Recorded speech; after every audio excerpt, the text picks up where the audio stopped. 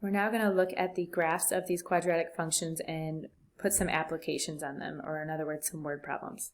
So you can model the arch of an entrance to a train tunnel by using the equation y equals -5/16 x minus 8 times x plus 8, where x and y are both measured in feet.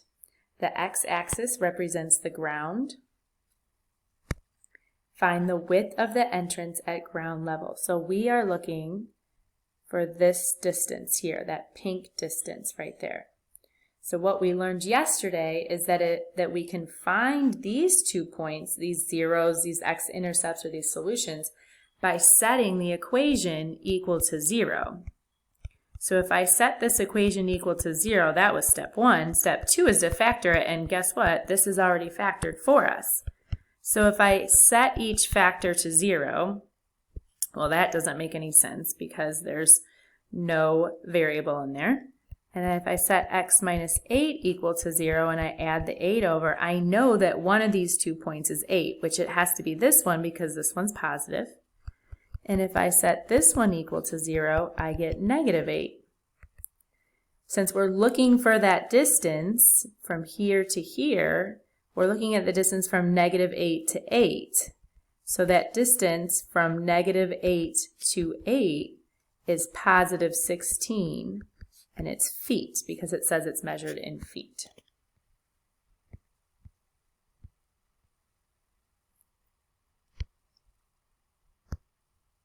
If we look at number 2, it says you drop a penny while taking change out of your pocket.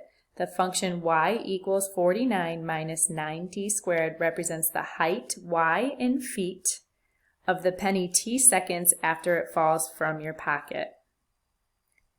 How many seconds does it take for the penny to land on the ground? So we know that this is a quadratic equation because it's squared. So I'm going to set it equal to 0. Now I can factor that from there, or I can also add the 9t squared over and subtract the 49 over if I want that 9t squared positive. So essentially I have 9t squared minus 49 equals 0. When I factor that, I'm going to try 3t and 3t, and the reason I'm going to do 3t and 3t is because they're missing that middle term. So I know that what's in this set of parentheses has to be exactly the same in that set of parentheses. Okay, so if I go ahead and set each of these equal to 0, I get 3t minus 7 equals 0 and 3t plus 7 equals 0. When I add 7,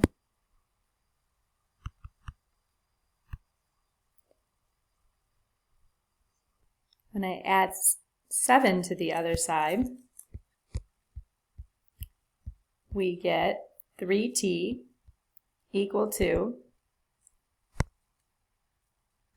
7.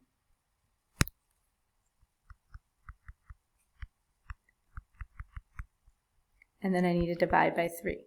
Now, because this is a word problem and we're talking about seconds, we're going to want to change that into a decimal. And that is a decimal 2.3 repeating.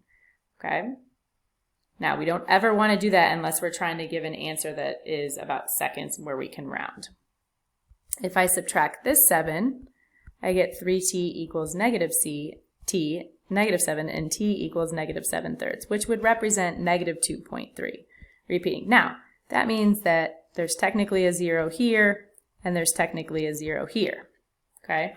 And I know that it goes in this direction, upside down, because of that -9t squared there. Now, here's the thing. We don't want to find this whole distance because in the word problem, it says that t is the amount of seconds, right? So when x is 0 is right here. We don't want to start over here because that wouldn't make any sense. So from 0 seconds, because this is t, this axis is seconds, from here to here is until how many seconds it hit the ground. So after how many seconds did it take for the penny to land? 2.3 seconds. And we don't need to say the other one doesn't really make sense. Okay, find the dimensions of the rectangle given the area. So let's do this first. let's find the area of this rectangle. So we've got to think back to the last part of the chapter. Area is the length times the width. Okay, so let's first find that area. So I'm going to do x times x minus 1. Now remember, in order to do that, we need to distribute. So I get x squared minus 1x, or minus x. Now, I'm given that area, aren't I? So can't we say that x squared minus x equals 30, because that's the area? And now, can't we set this equal to 0 and solve for x? So if I set this equal to 0, I get minus 30 equals 0. I'm going to go ahead and factor that. I'm going to use 6 and 5. I'm going to make that negative 6 and this positive 5. Let's see if that worked. I get negative 6x and I get positive 5x. Yep, that works. Now I'm going to set each one equal to 0.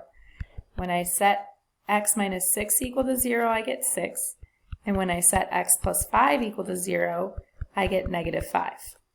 So remember, this represents the value x, okay? Let me ask you a question. If I plug in negative 5 here, would it make sense that this length is negative 5 feet? No. So what we can do is we can discount that. We don't have to include that answer, okay? Because it doesn't make sense in reality. So the question asks for the dimension. So I'm not done, right? So if I plug in 6 here, okay, if I let x equal 6, then this distance is 6. And if I let 6 over here, I get 5. So the dimensions is 6 feet by 5 feet.